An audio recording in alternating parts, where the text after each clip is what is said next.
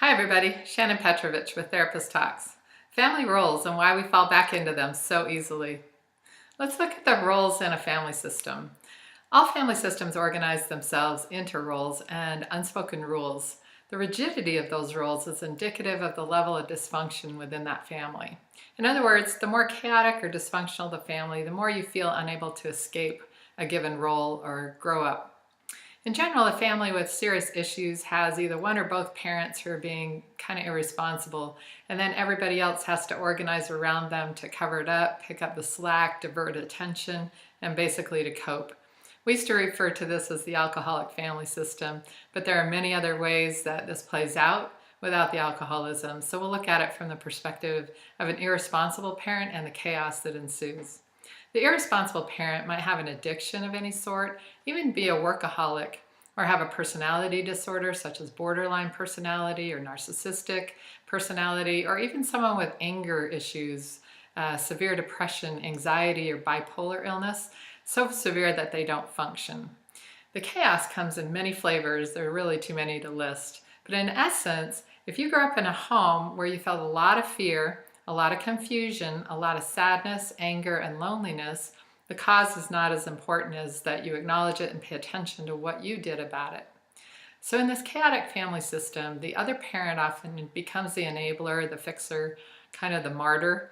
They cover up, they make up for, they deny, they placate, and they basically overfunction for the non-functioning one. They put frosting on all the crappy experiences that happen in the family. So everything looks nice on the outside, but underneath it's still the same pain, loneliness, and confusion. The kids often fall into roles of their own to try to cope. So some kids will subconsciously decide they want to be perfect as they can be, to try to make everything look okay. They work hard, they get good grades, they clean their rooms, and they try to keep everybody happy. They never talk about their upset emotions. They're often thought of as the hero child or the perfect one. Another kid may subconsciously think, I can't be good enough at being good, so I'm going to be really good at being bad. That's the rebel, the class clown, the troublemaker, that kid who's always risk-taking and doesn't seem to care. Underneath, they're also lonely and upset, but they've kind of given up on trying to fix it, and they just want to distract and divert and do whatever they want. They usually end up in trouble. They're usually referred to as the scapegoat or the clown. And another kid may just seem to fade into the wallpaper. They retreat into their own world. They don't make waves. They don't bring any attention to themselves, and they feel this is how they are going to survive. We refer to them as the lost child. These roles shift throughout the lifespan of the family. A younger hero child may later give up and be a scapegoat troublemaker in their teenage years. When one kid leaves home, another might shift into their role. But in general, most people can identify themselves as primarily one of those above roles. And again, the level of rigidity of that role is indicative of the level of chaos in the family. These roles are defensive strategies, and they help us cope. So there's nothing inherently wrong with that role, but the problem is we begin to feel that it's our identity, and we often stop there rather than develop our true identity in adolescence as we're supposed to. So if I'm the hero child, I might not look deeper into who I am, the full richness of my passions and interests. I'm always just doing what I'm supposed to do. If I'm the class clown or the scapegoat, I probably don't aspire to too much, and I'm just getting through the day. I identify myself as bad and wrong. Probably not looking at my future with any positive possibilities. The lost child might be a good student or not. They often tend to be very passive and can be a depressive person as they grow up. They seek to be quiet, not be noticed, and they might even have anxiety when they try to speak in front of others.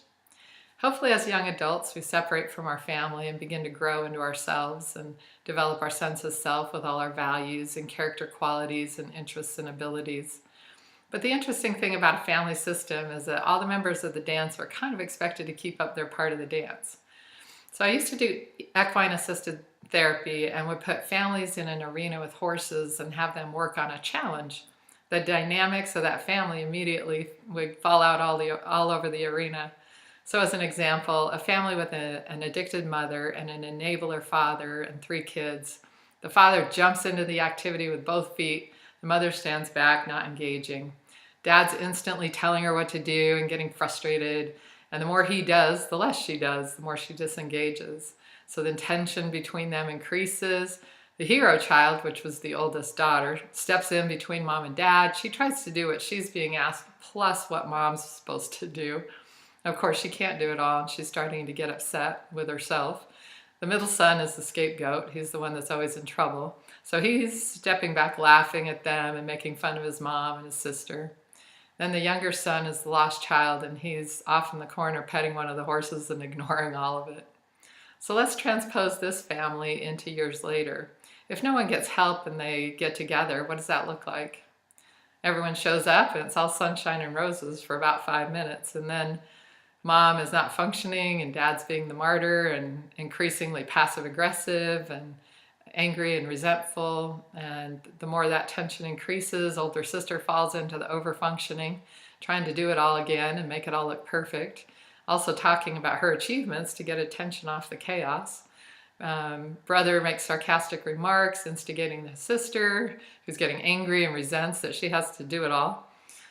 He's entertaining and shifting the focus, while the younger son is uncomfortable and staying out of everything.